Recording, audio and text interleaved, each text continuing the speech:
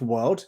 You are very welcome to the Soft and System Size 2 sales, our first live of the year, and we're going to have plenty more of them.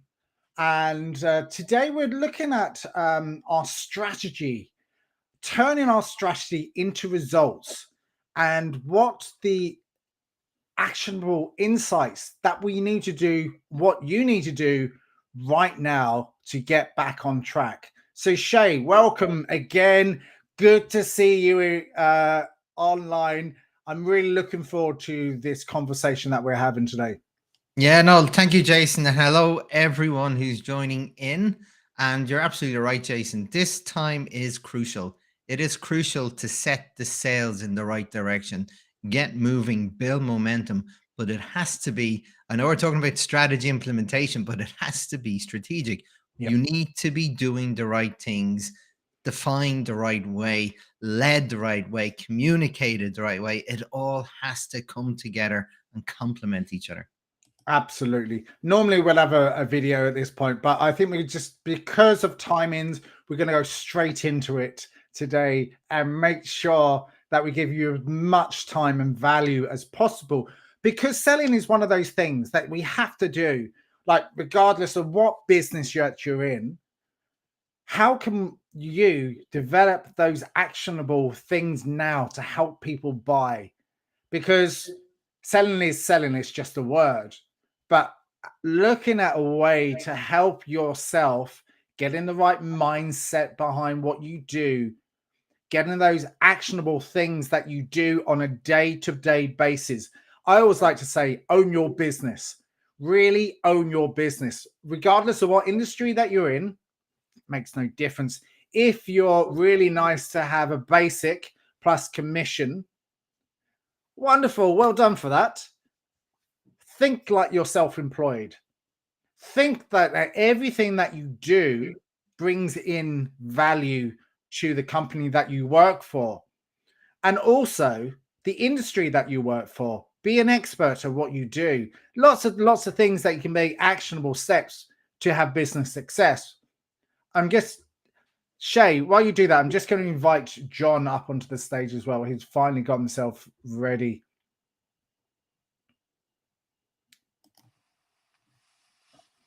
So, John, welcome. Hey, Welcome, how John. are we doing?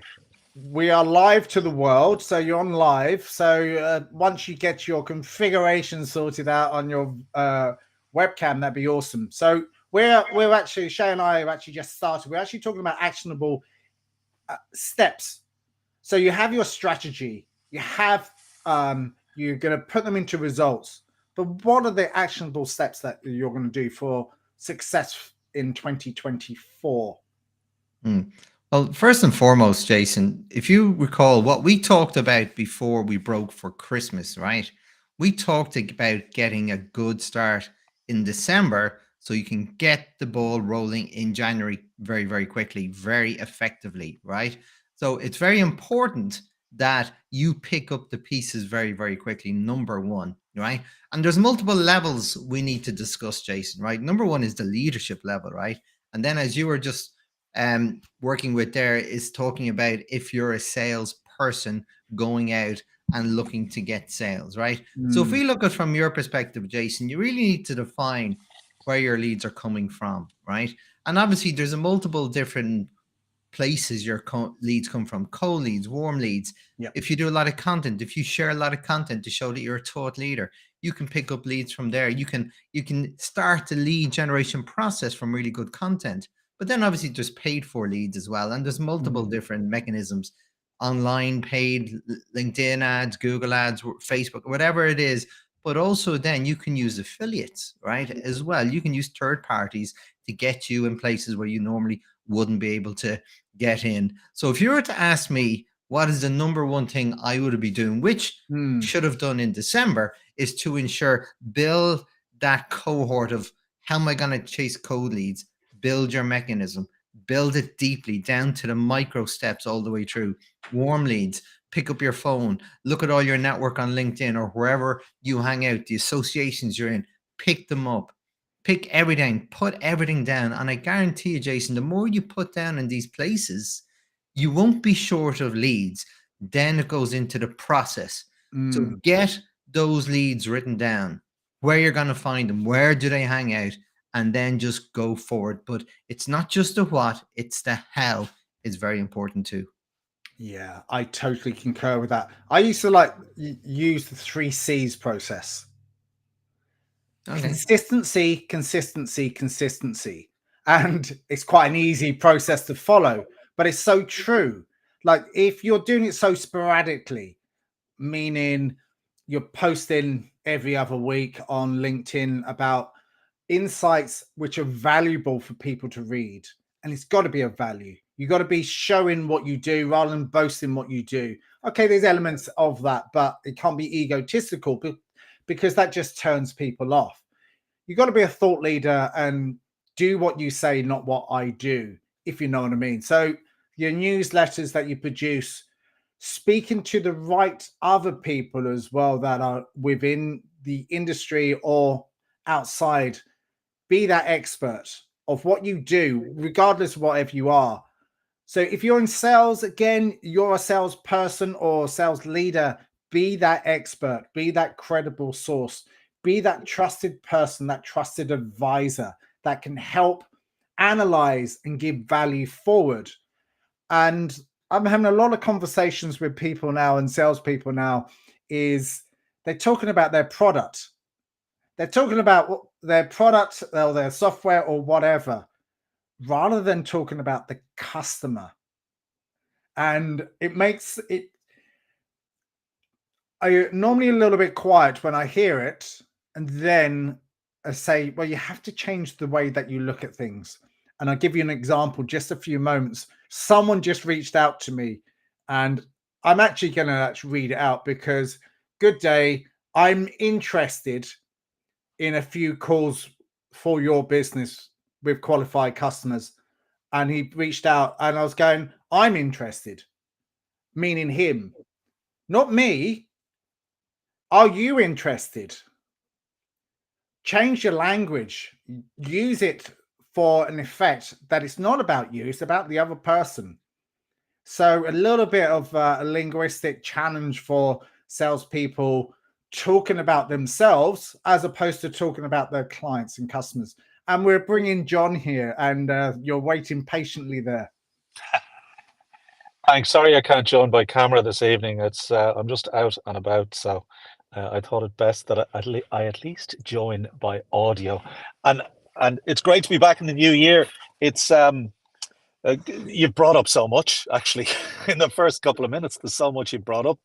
Never never mind just talking about strategy and about salespeople and picking up leads and how to respond to leads. There's just so much there. I think the first thing when we're talking about strategy is that where is it you want to be at the end of it? That's it. Mm.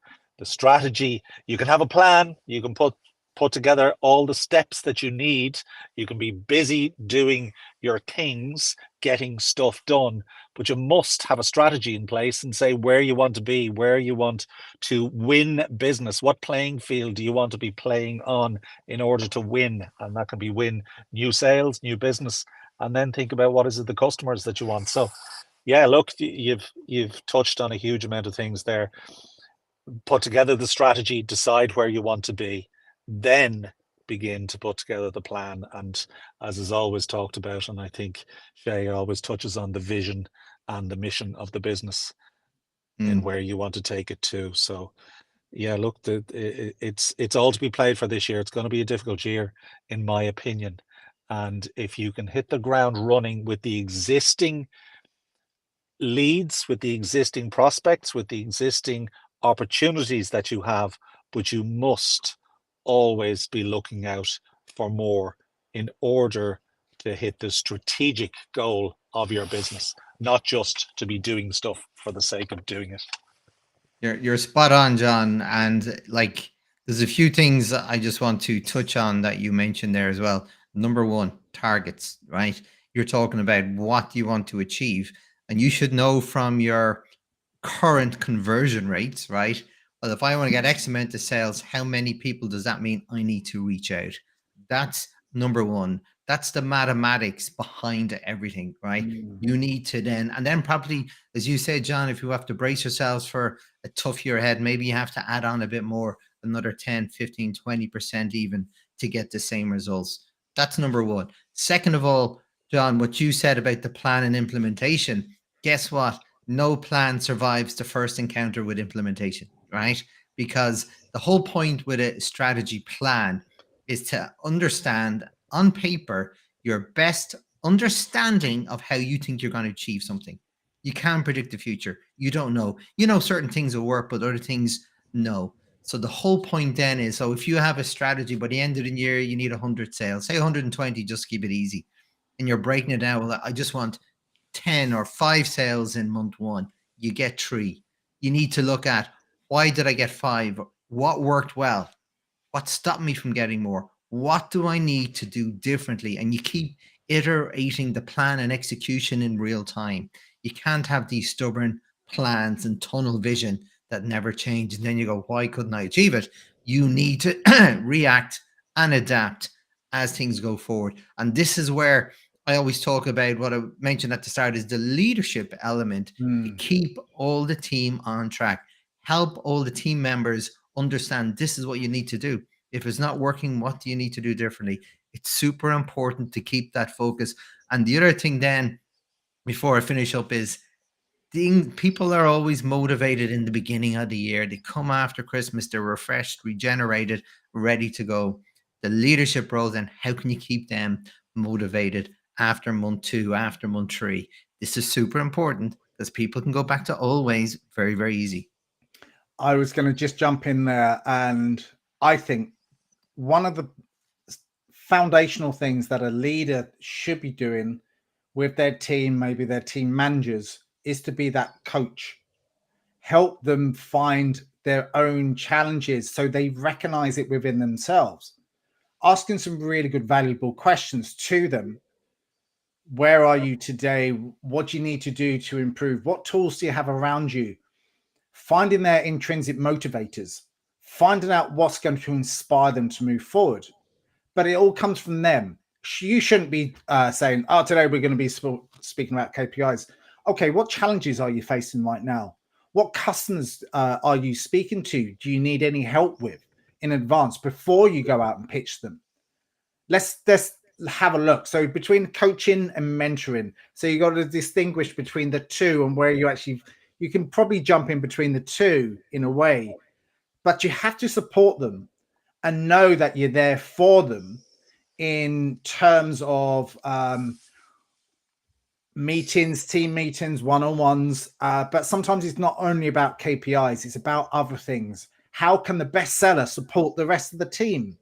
What are they doing differently? What are they doing because they're flying at the moment that can help other team members? Maybe they can go on and mentor someone else or shadow them or buddy them.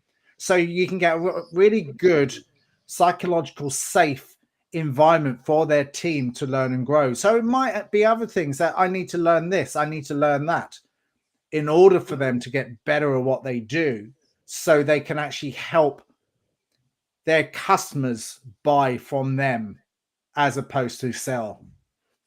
I'm always interested in the way conversations like this go, actually, because of the fact that it really goes to show that when we begin talking about strategy and turning strategy into steps and having a strategic goal for the business, we always end up talking about the sales process or how we can support the sales team in order to generate the revenue. And I do laugh at this because there's a huge amount more going on within organizations. But I always find that the sales, if you're not keeping the sales turning over with the business strategy, and that's where the leadership comes into mind, because the leadership needs to be stepping in and reminding and bringing the teams together and saying, we have a strategy for the business and we have buy-in from everybody. And this is what we're aiming for. We want to end up to be, let's say, the number one cybersecurity company in the country, in Europe, in the world. and what do we need to do to achieve that. But I always find it interesting that we end up, and this is in a good way, we end up discussing and looking for methodologies to enable our sales teams to do better, to get more leads, to focus on developing their pipeline. And I'd love to know, even from both of you, what would be the biggest what would be a recommendation you would give to as a leader within an organization to help them develop through 2024? So, number one, John, right? And what I'm going to say, and I know myself and Jason have talked about this many, many times, right? You mentioned technology there. Like, everybody now is talking about inbound marketing, right? And they think they can hide behind doing all this great content and generate leads. And don't get me wrong, that's a powerful long game strategy, right? But Totally agree. what are you going to do now? Okay. Mm. And many people put their head in the sands thinking, well, I'm just going to call it the ostrich syndrome, right? Put their head in the sands and just assume, okay, I've got this marketing company. We're doing all this inbound marketing. Everything's hunky dory. I don't need to do anything. And that's the problem. It impacts the mindset of people. I finished a great book last year called The Sales Truth. And I always get the surname Mike somebody. I can't think of his name. It's a really powerful book that talks about the old ways are more relevant today, because if you're looking at people who are using all these automation strategies and all these systems to reach out to many, many people, you lose that personalization. Excuse me. You lose that. So then, as someone like me or Jason or you, John, what can we do to stand out? How can you always stand out from the crowd? That's always been the mechanism in any world in sales. And it's more relevant today because Yeah. people are doing more of the same. Technology, AI, machine learning can do all these things. What can you do differently? I'm going back to writing letters, John, to send out to people. And I Yeah. talked to you about this, Jason, and you even suggested use a blue envelope so your letter stands out when it Yeah. arrives. It's all about standing out. Mm. Absolutely, and it's great to hear that. I think it's the quote comes from Earl Nightingale. Whatever everyone else is doing, do the opposite. Everybody else is on LinkedIn posting. Everybody else is sending emails. Everybody else, as you said, is hiding behind the technologies that they use in order to stop themselves or not have to face up to the fear of picking up the phone and having a conversation. So whatever everyone else is doing, do the opposite. Send them a letter in a blue envelope. Absolutely brilliant. Yeah. Yeah, I think there's lots of different actionable steps that we can take, especially for the 2024, because we are talking about strategy and we are talking about how we can be different to everyone else and to the competition. So for people that are in listening to us now, what are you doing specifically to make yourself different? What are you doing to make yourself stand out? Is it your opening line when you're on doing a call to a client? What's your power statement? What is something that you're going to say that's just going to spark the imagination of the other person, that they resonate with you straight away? Because it is a transference of information, but how can you create a really quick, short narrative that it recalls in the other person's brain that goes, oh, wow, that's good. I've never heard that before. Something that I always do, and Shay, you probably know this because I do this offline. Have a bit of fun, for Christ's sake. Enjoy it. Enjoy yourself. Make sure that you're using humor in the right way. I'm going to be using this a lot more this year, but in the right context. I'm not going to be the Mr. Joke, Jimmy Carr, or anyone like that, but I'm going to be the person that is a lot more light-hearted, because people like that style of things. As long as I've got the credibility behind what I say and do and got the backup and all that sort of all the other stuff. But people like that, and because it breaks down the barriers a little bit more, so you can have a little bit more enjoyment in the whole process of what you do, rather than being that Mr. Serious side. And yet you do have to have that serious side. when you're speaking of value, but you can do it in a fun, enjoyable way. So the other person's people enjoy the process as well. Yeah, absolutely, Jason. And that makes me think of something that I'm going to ask you about a question, right? Well, what's the first thing you think of when you hear the acronym CRM? What's the first thing you think of? I think of what it stands for. Yeah. I Yeah. have to remind myself. Customer relationship management. Yeah, that's exactly what I was going to say. Exactly. John. But what I'm saying, right, is when you mention CRM, people think software. Okay. They think software. Oh, you're talking about a piece of software. And I'm going, no, customer relationship management. And what you were saying, Jason, triggered me to ask that question because it's about customer relationship. It's a relationship between two people building relationships, right? It's not a piece of software. And what I've found in the past is where people spend 80% of their time behind a piece of software, managing all the features and doing all this and being productively busy in something that doesn't really matter. And I've often taken them off this software and saying, now, what will you do without the software? What else can you do? Pick up the phone, talk to people, right? And build those relationships. It's a real time, real life process. It's not something you type into a piece of software. And that, again, as I said already, it's more important today because everybody's got access to all the machine learning systems, right? Yeah. And they're all doing the same thing. What can you do? Again, going back to this point, what can you do differently to stand out? I completely concur with that. And I've seen it from my point of view as well. They buy the bells and whistles, but they don't use the bells and whistles because all they want is, I had this conversation with someone, type that in, any sort of interesting facts about the conversation that you had, type that in, any other valuable members within who else is going to be involved, leave that in and just keep it quite simple. Because otherwise, you get all these bells and whistles and all these sales forces of the world. They're great tools if they're done right and they're used correctly, but they have to be used correctly. But don't spend all 80% of the time on it where you need to be in front of customers. It should be 80% of the time actually on it. Jump on to another call. Thanks for joining, John. Thank you very much for having me. We'll really appreciate it, and I'll talk to you soon. And you're spot on, Jason. And again, something comes to mind, right? Obviously, metrics are very, very important. Absolutely, right? yeah. You need something to review daily, monthly, right? But here's a thing. Many people focus on the monthly too much. And that's after the fact. They're called the lagging metrics. It's more important and impactful to focus on the leading metrics. What are you doing daily? How many calls are you making? How many meetings did you get?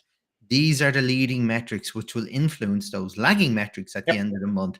But if you're only collecting lagging metrics at the end of the month, when you look at it, you can go, oh yeah, we had a terrible month. And you can't do anything about it in the past. Where you're measuring daily those leading metrics, you can see, well, am I getting enough? Do I need help? What's working well? What's working not well? What do I need to change? You can be updating everything real time. And that is crucial. And Jeff Bezos often says he doesn't have lagging metrics. He'll talk about leading all day long because they're the things that influence. It's the process. If you know your conversion rate, you have to make 100 calls a day. And that will lead to your success. You make those 100 calls. And then here's the thing, Jason, what I've learned over the years is, well, yeah, if that's the goal, 100 calls, well, how can I improve my conversions? How can I make sure that 100 calls I make, I get 70 meetings, not 50, right? And what do I need to tweak in what I do to make sure I give myself the best chance of getting to the next step and giving the customer good enough reason, or potential customer, to take that meeting with you? And again, as you said, it's about being other person centered. Yeah, it is. It's more focused and leaning in to the customer. At the end of the day, technology and that great, email's great, and all that fantastic, marketing's great. But again, it's having those conversations with your clients. Actionable steps again. We've been speaking about the strategy. You got the strategy for the year. You're congruent, hopefully, with your marketing as well, because that's part of the strategy going forward. and part of the actionable steps that happens in the background. But then it is, how much time are you spending customer facing?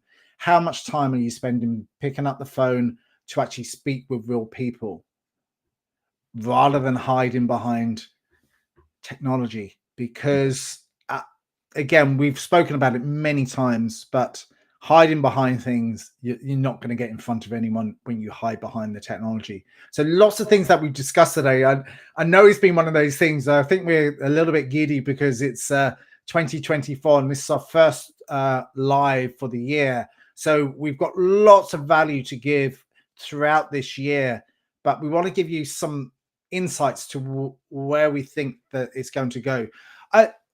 Shay, this might be a little bit off track. Where do you think 2024 is going to happen for the industry, like as a whole? And it's Well, a bit of an open question there.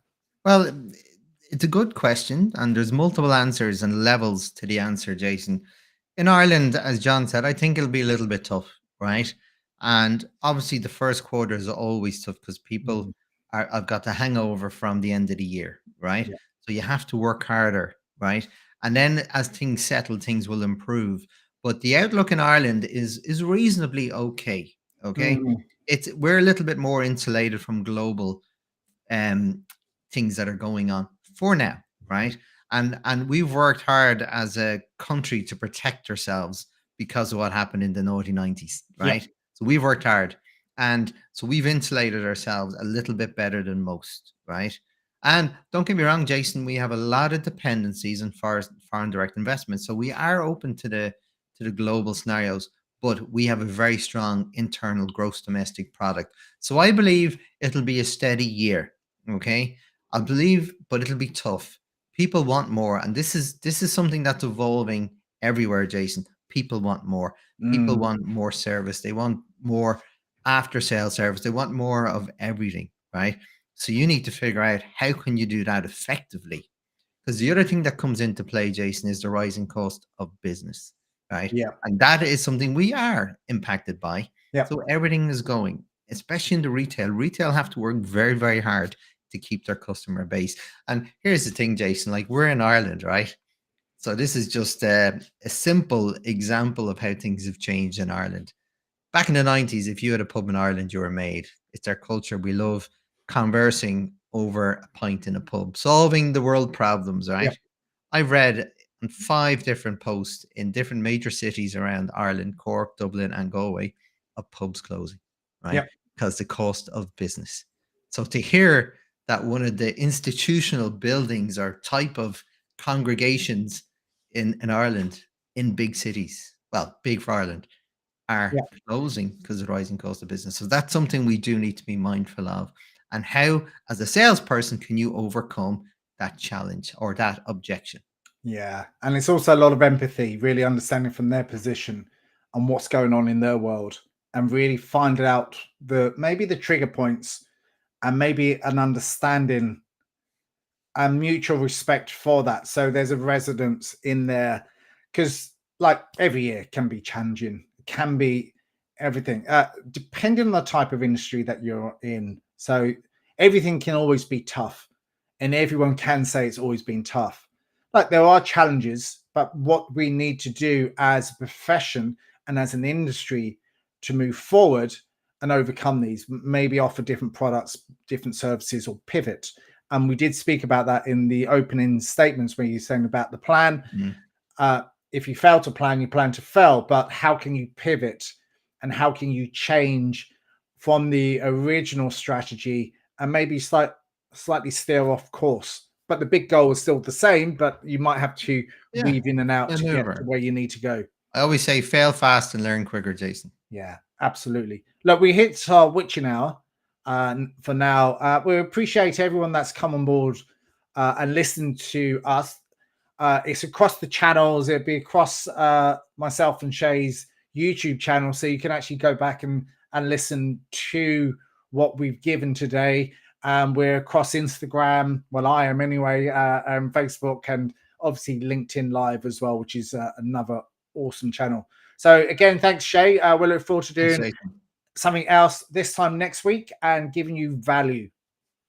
Thanks, Jason. Thanks, everyone.